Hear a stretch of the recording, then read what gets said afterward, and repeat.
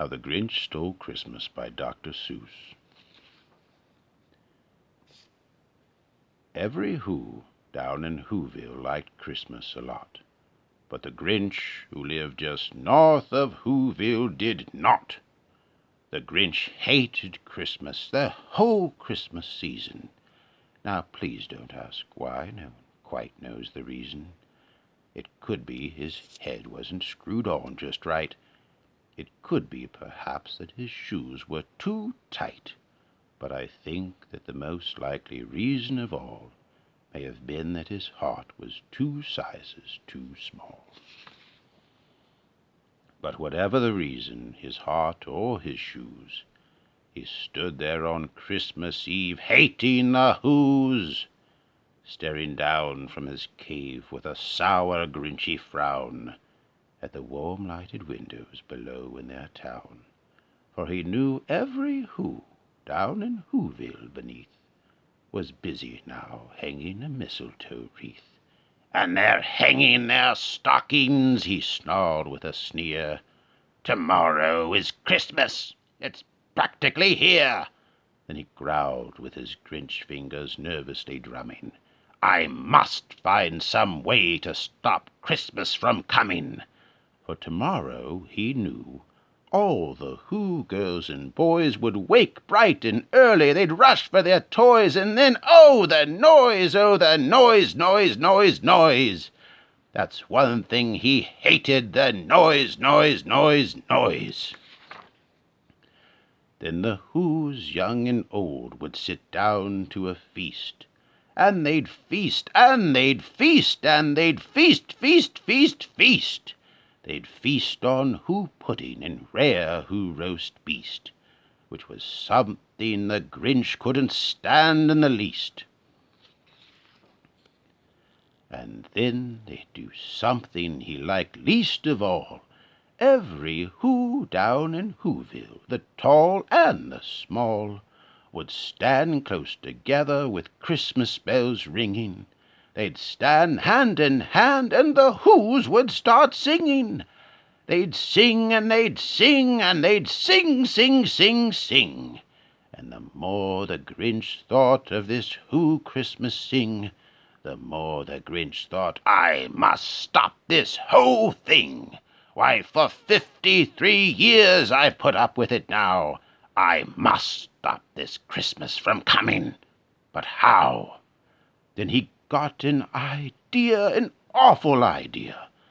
The Grinch got a wonderful, awful idea. "I know just what to do," the Grinch laughed in his throat, and he made a quick Santa Claus hat and a coat.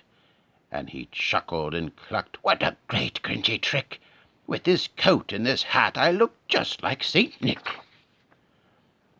"All I need is a reindeer," the Grinch looked around.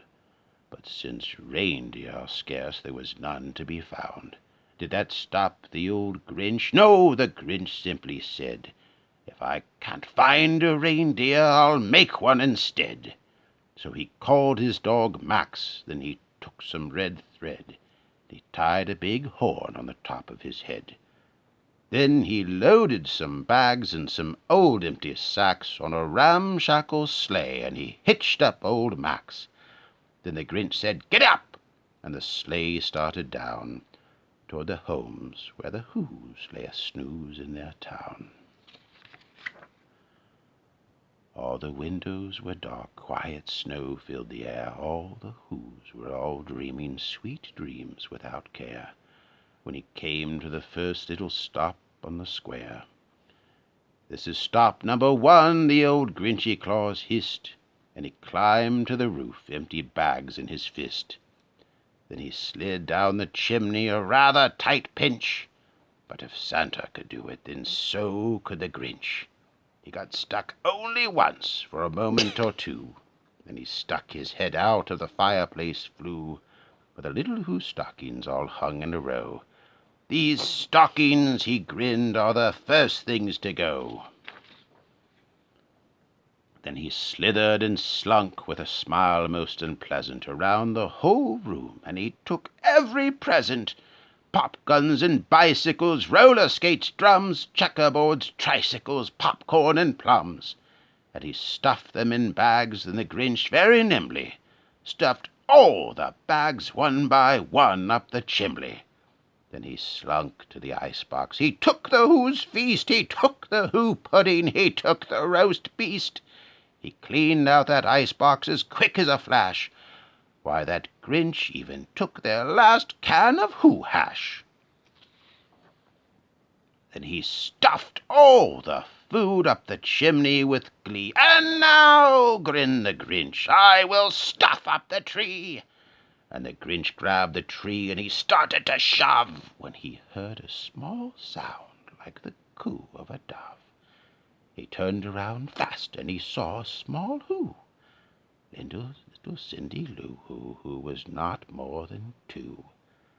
The Grinch had been caught by this tiny Who daughter, who'd got out of bed for a cup of cold water. She stared at the Grinch and said, "Santa Claus, why are you taking our Christmas tree?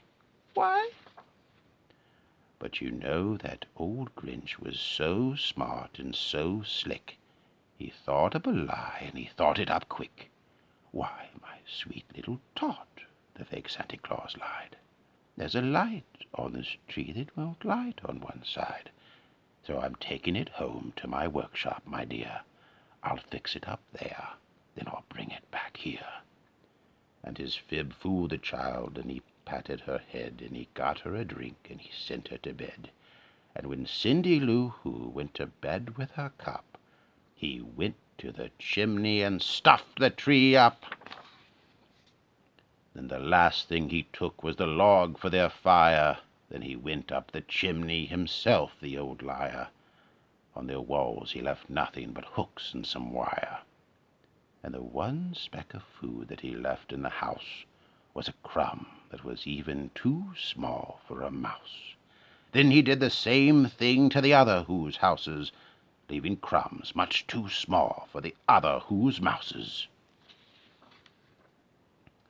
It was 1/4 dawn, all the Who's still abed, all the Who's still a-snooze, when he packed up his sled, packed it up with the presents, the ribbons, the wrappings, the tags and the tinsel, the trimmings, the trappings.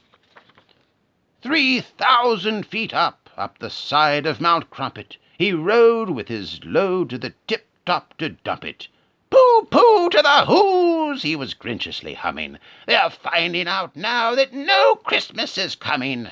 They're just waking up. I know just what they'll do. Their mouths will hang open a minute or two. Then the Who's down in Whoville will all cry boo-hoo." "That's a noise," grinned the Grinch, "that I simply must hear." So he paused, and the Grinch put his hand to his ear, and he did hear a sound rising over the snow. It started in low, then it started to grow. But the sound wasn't sad. Why, this sound sounded merry.